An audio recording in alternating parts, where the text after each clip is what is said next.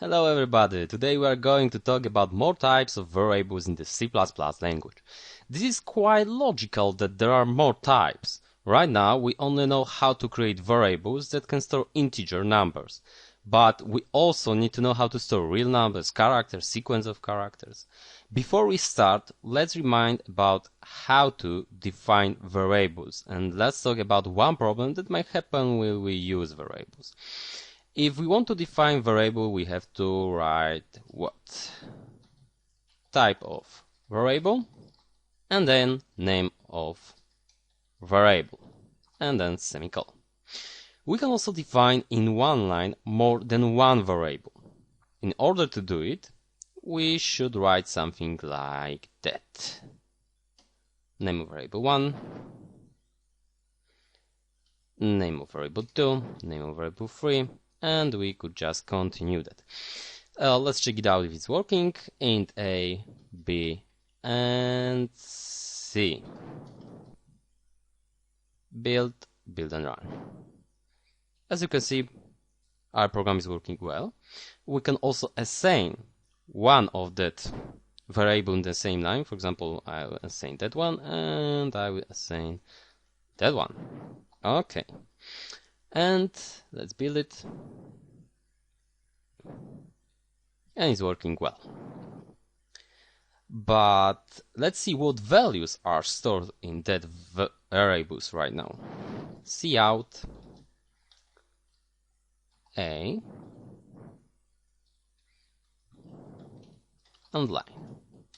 And now let's just do that thing to the B and C. Okay, and now let's compile it. As you can see here, variable named A and C has got value that we assign, right? 40 and 20. But why variable B has that weird number here? If you compile that program on your computer, you might have even different number there. And why is it happening? It's because we haven't assigned any value to the variable named B. But this might be still a bit confusing. As I said in the previous lesson, every variable has got something like address. So let's send addresses of variables to the console output. So let's do something like that.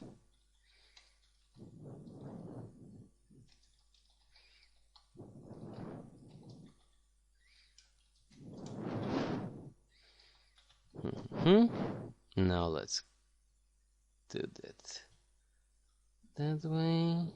Let's compile it.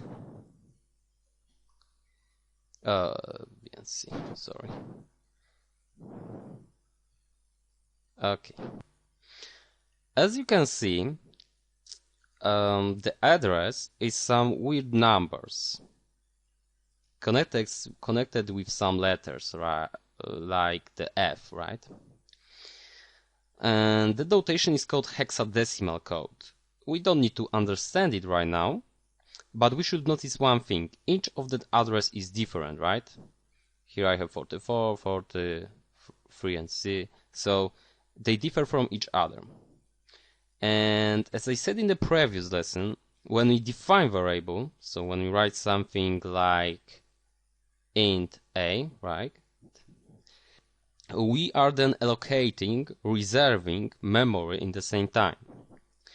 It also means that we are allocating address for our variable, but allocating doesn't mean clearing the value that is under that address. Allocating means that we just want to reserve that space for other value. Okay? So if we write, for example, just int B, we are just allocating memory that already might have something assigned. But how is it possible? Still, how? Any programs that are running on our computer could use that space before for a special reason, for example, to store actual year. And when we stop using program that stored, for example, the actual year, the space in memory is again free. It can be then again allocated by other programs like the one that we have just written. but the value is still in there. The value under that address is not being removed. That's why under variable named b, we have some random value. So to avoid complications before using any variable, we should assign default values or just anything, right? And now we are sure what value is under the variable named b. Now we are sure that it will be 0, not some random number. Okay. And let's start from other integer type. Let's learn new variable types. Right now we can store in int, that one, numbers from about -2 billions to about +2 billions, right? But in the same time we have to allocate 4 bytes of memory. As you can probably guess, you don't need so large numbers in every situation. And if we don't need large numbers and we want to save memory, we can use, for example, something like that. Short integer, and let's name it T1. That type let us assign values that range from -32,768 to +32,767. And so now we can assign smaller values, but we need only 2 bytes of memory. So let's note that 2 bytes. And we don't need to write int when we define short integers. We can do it that way, like now, or we can just remove the int, and it's still the short integer.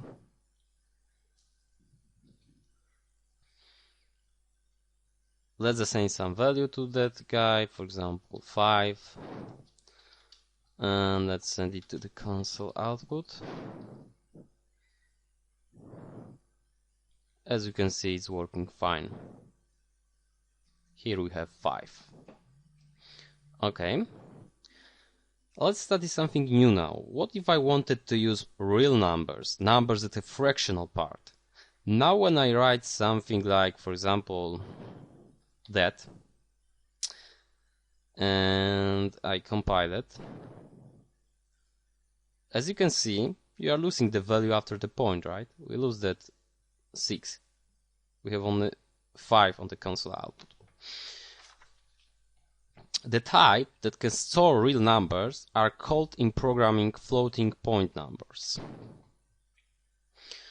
There are 2 types, 2 of that types. Float, let's say something to that guy, and double. And let's set it to the console output. And let's compile it. As you can see, now we are not losing the part after the that. And now what's the difference between float and double? Float allocates 4 bytes of memory. Double allocates 8 bytes of memory. So it's just doubling the float, right? And to the float variable we can assign numbers that are up to 38 zeros, and here we can assign numbers that are up to 308 zeros. So it's a big difference, right? And in addition to this, double has got greater precision, which means that it can save more digits after the point. So it means that it can save more digits here, right? And because double variable can save more digits after the point, which means we should use doubles when we are calculating something important where the precision is needed, or we need to store very large numbers. Now let's talk about saving characters. Character, char, T4. Char is an abbreviation for character here. Okay. And let's send it to the console output.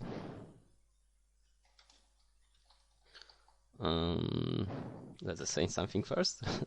We can't do it that way because the compiler we try to assign here the variable named a, so that guy here.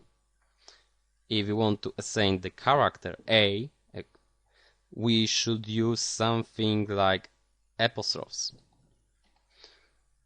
like that. Now, as you can see, everything is working fine. What if I wanted to store more than one character in the variable? If we want to store sequence of characters that are called strings, we should use string type. So, string, and let's do something like that, for example.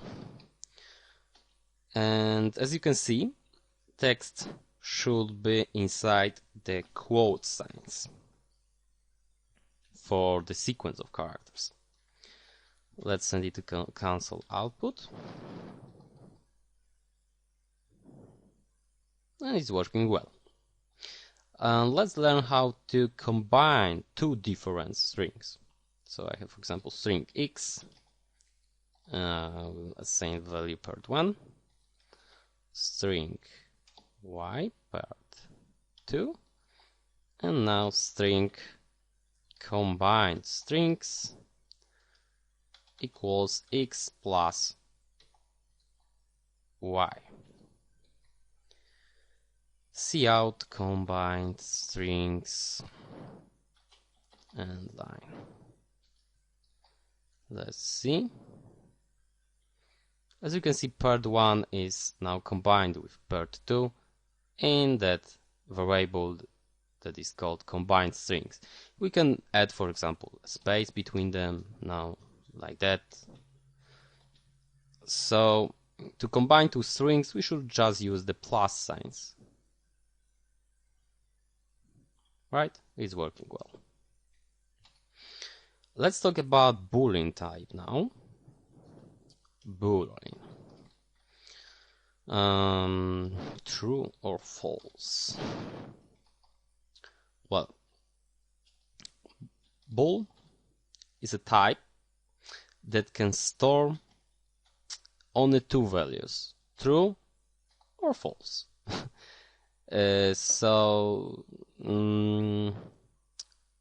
Maybe let's send it to the console output and compile it.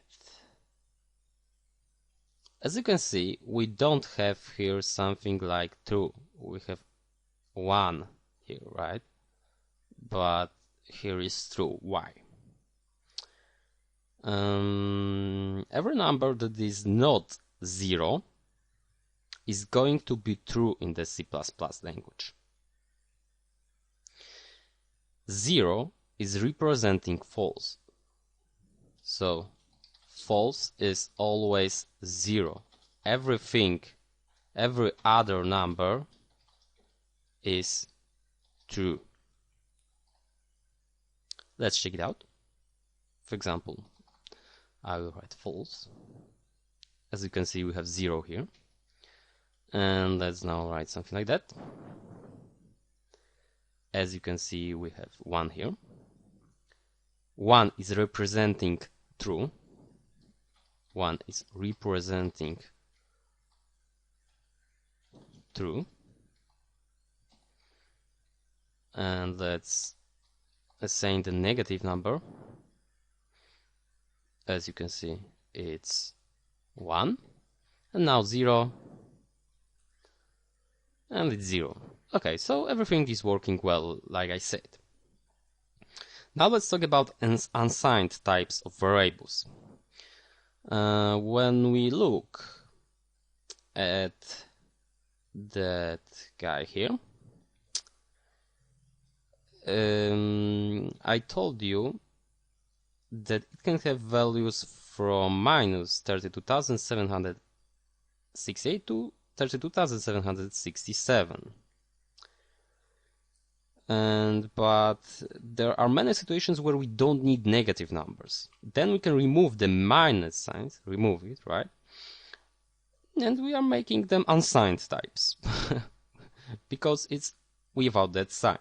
By removing negative part of integer, we are increasing amount of positive numbers by amount of negative numbers.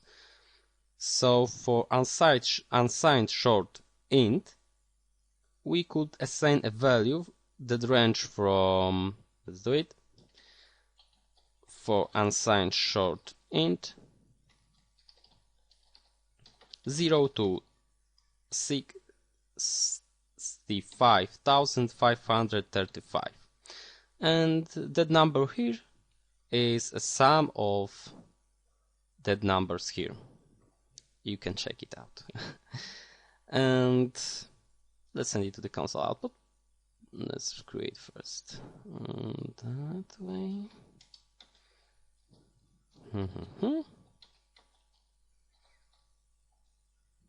Cout.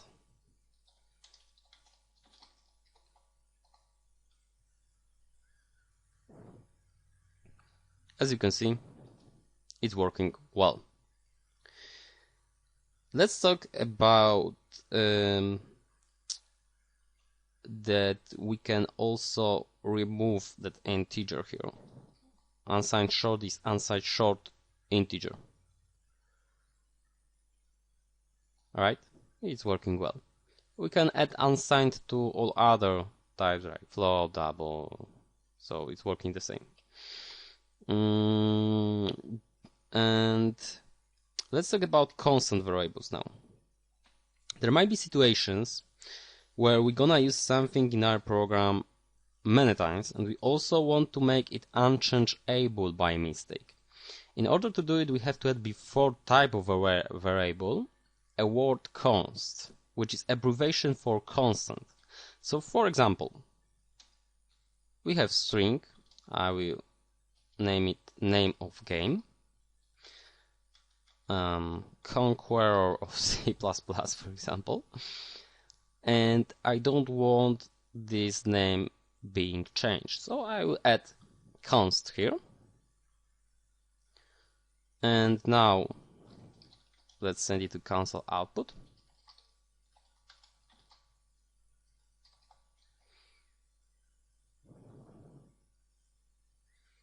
As you can see, it's working well. And as you have noticed, I'm using uppercase for the name of constant variable.